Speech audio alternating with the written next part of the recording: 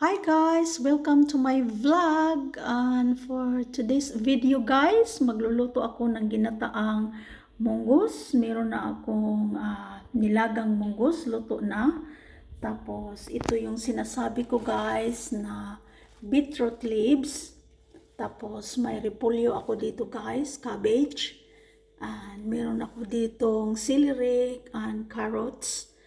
And ito, may onion at saka garlic. And I have here 2 cans of tuna, akong pangsahog guys. Unya, lalagyan ko din ng chickpeas at saka ito, coconut milk. So, umpisahan na natin guys. And bear with me until the end. Thank you. So, lalagyan na natin ng mantika guys. Olive oil yung gamit ko guys. You can use any oil.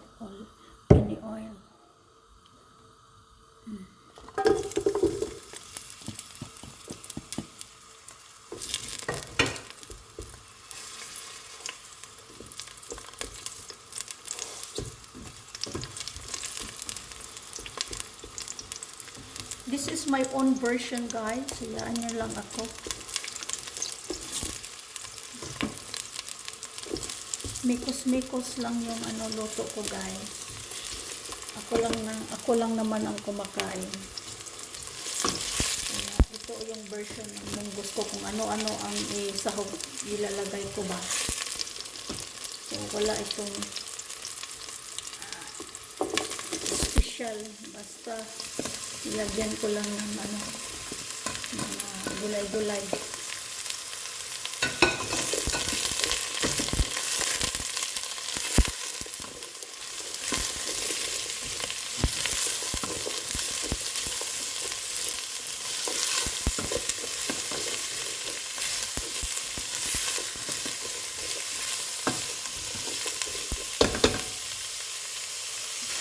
Kung napansin nyo guys, ang ganda ng kulay ng mga gulay natin na nilagay ko.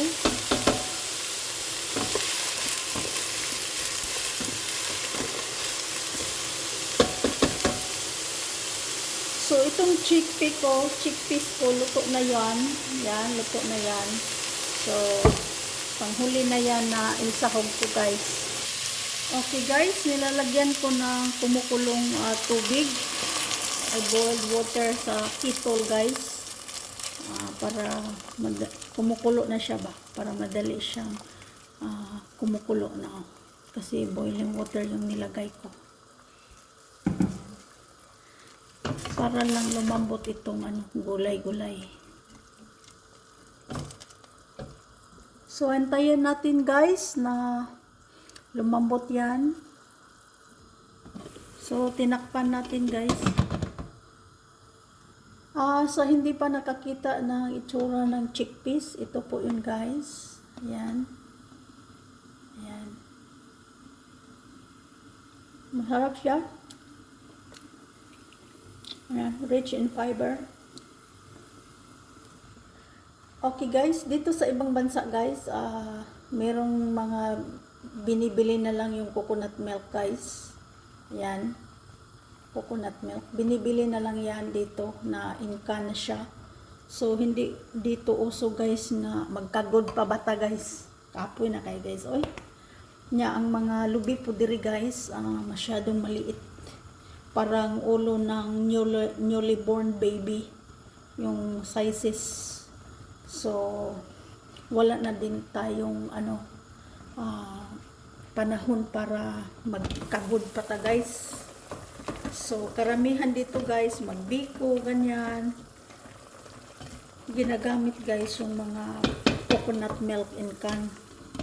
Pero iba yung sarap guys pag freshly freshly grated coconut kanang gikagod ba gyud guys. Lami tong gikagod. Kulang pa guys, hindi pa lumambot. Wait lang muna tayo. Okay guys, ilunod na nato ang repolyo. Yung cabbage. Yan.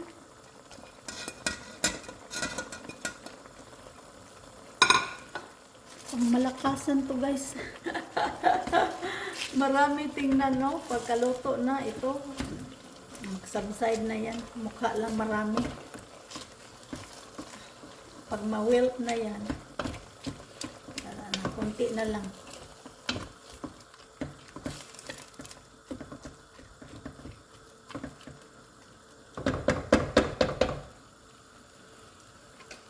Tsaka isama na natin itong beetroot na leaves. Ayan. Pangmalakasan.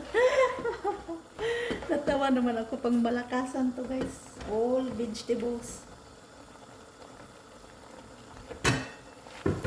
Ayan. Halo-haloin lang natin.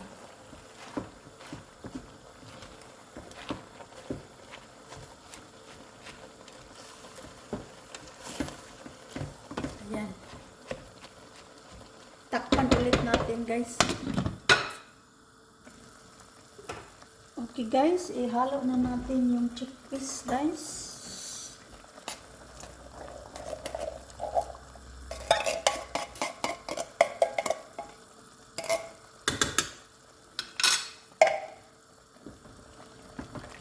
Yan.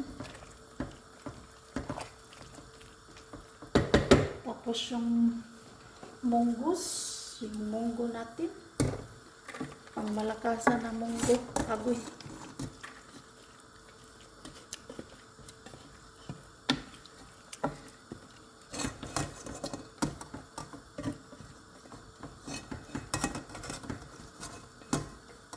Favorite ko yung munggo guys. Gusto ko yung munggos. Ayan.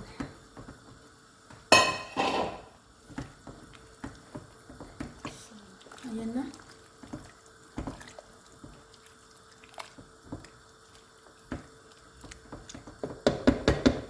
Tapos, dapat guys, 2 gata. 2 cans of gata.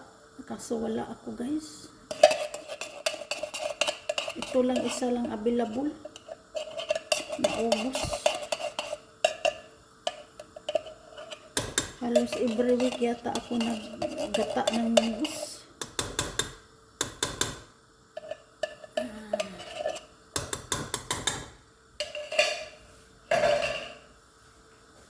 Yan na.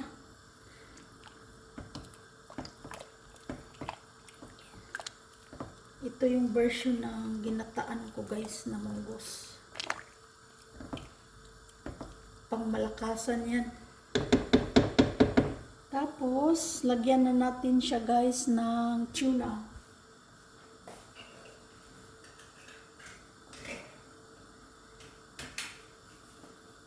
Ang tuna is, ang ginagamit ko guys yung tuna in sunflower oil, pero dinidrain ko yung oil niya.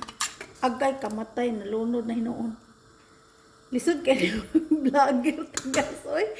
Ato tara. Excuse my words, guys. Ini mag-vlogger ta ba? Daghan kayo niya, di ra ba na to ma-edit? Kaya diretsuhay na ni ako, guys. Di na ako mag-edit-edit, ay.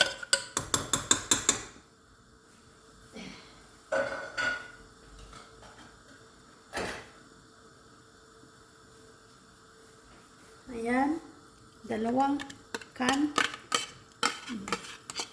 Nisaw mo noon ang lata guys. Apil ba noon? Gisubak ang lata. Apil man. Dili na ito na ako i-edit. Oy, guys, kamo na yung maantigo ara. So, lapsaw siya. Kay kuwang yun siya sa kung ano. Kuwang yun siya sa kanang gata. Hayaan mo na guys. Ganyan na lang yan siya. Ito yung version na ginataan na munggos ko. Ayan. So, hantayin lang natin guys na kumukulo. So, pagkatapos, yan na. So, ayan na guys. Oh. Ayan na ang itsura niya. Tapos, hintayin ko lang na kumukulo siya.